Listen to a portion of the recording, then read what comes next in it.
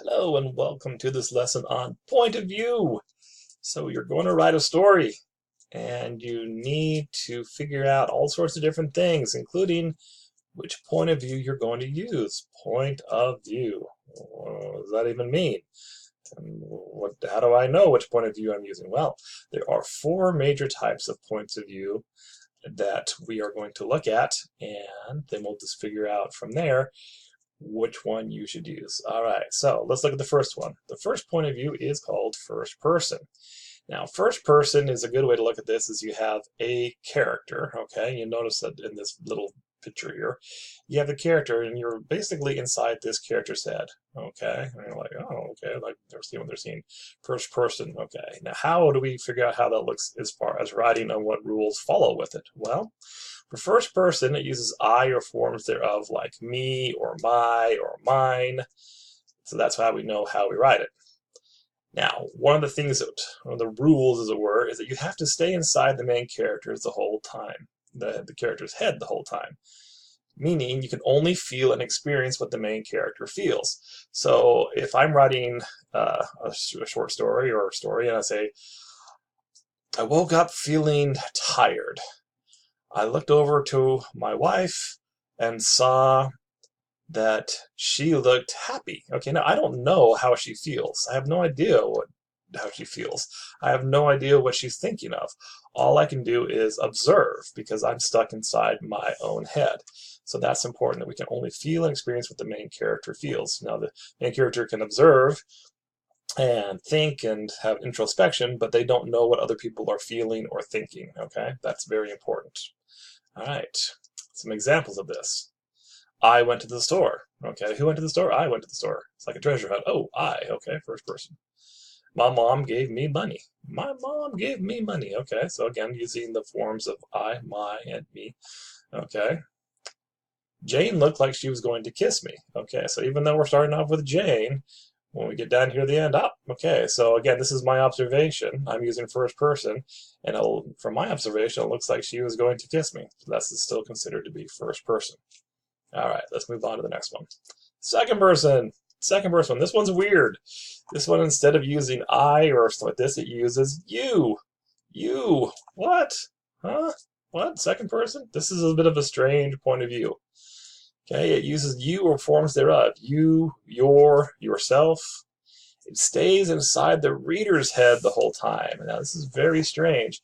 Now, growing up, we had these choose your own adventure books, and that's the kind of stuff that we would see, and we'll talk about that more in just a second. And in the story, we can only feel and experience what the reader feels. Now, this is not very common. In fact, it's very challenging to write in second person, especially when it comes to fiction, okay? But there are times when it is used. Okay, so let's look at some examples. Okay, you go upstairs, not I go upstairs, not Billy goes upstairs, you go upstairs. Okay, the monster starts to eat you. Oh dear, that's just not okay.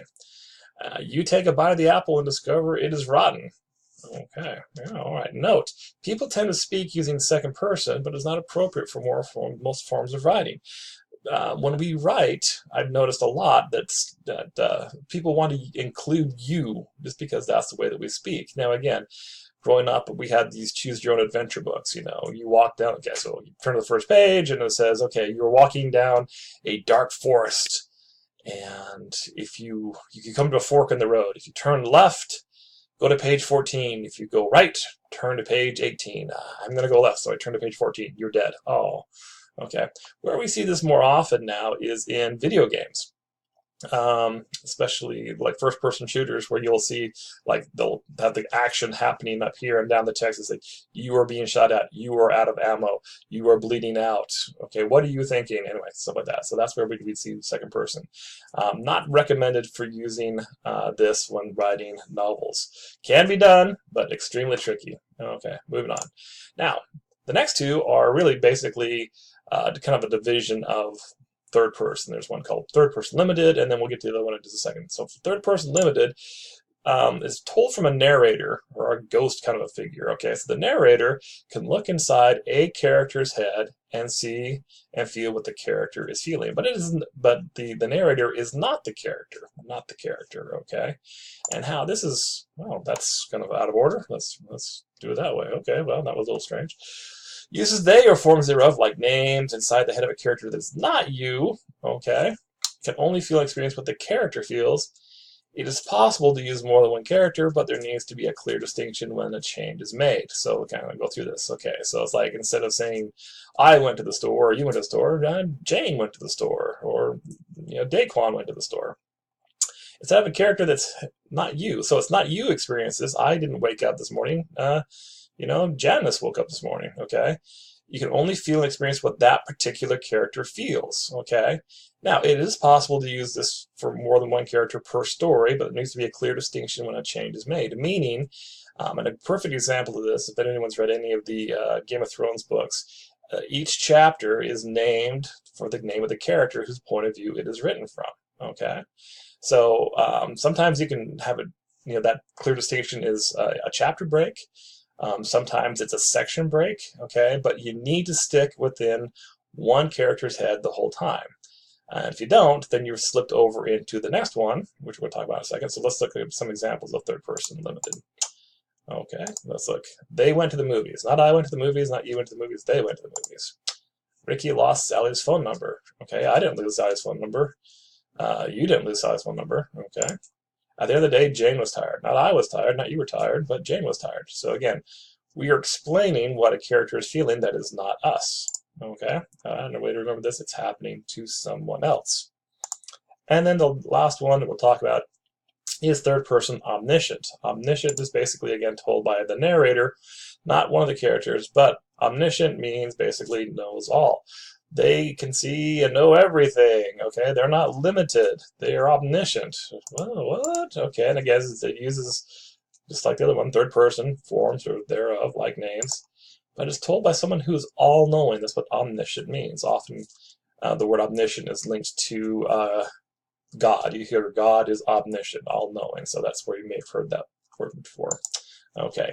Can jump from character to character. This is called head hopping. Okay. So this is where in a scene or in a chapter, you're all of a sudden you're in Terry's head, and then the next paragraph you're in Jill's head. The very next sentence, all of a sudden you're in Shaniqua's head.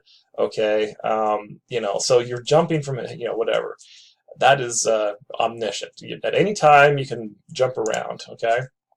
And the author or the narrator can know things that the characters don't know themselves. Okay, so let's look at some examples of this. Example: they didn't see the dragon swooping towards them. Well, if they didn't see it, who did? Well, the omniscient narrator did. Okay, Bobby would learn later not to drink chunky milk. Oh, okay, omniscient, all-knowing, also knows the past and the future. Sometimes we see this in writing where it's like, he would learn later on that was the biggest mistake of his life. Well, how in the world do we know that?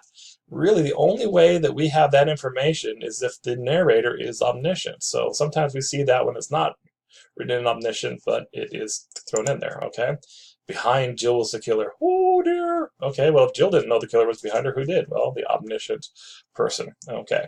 Now, when it comes to the point of view and which one you're going to use, which point of view to use is often determined by the nature of the story. So if your story is character-driven and it's really about one person, maybe first person is the way to do it. If it's a big epic novel with many characters, well, third person. I will say that third person omniscient is kind of falling out of style, mainly because using first person and third person limited is a great way to help the reader connect to the characters, which is an extremely important part of writing. So I would avoid second person.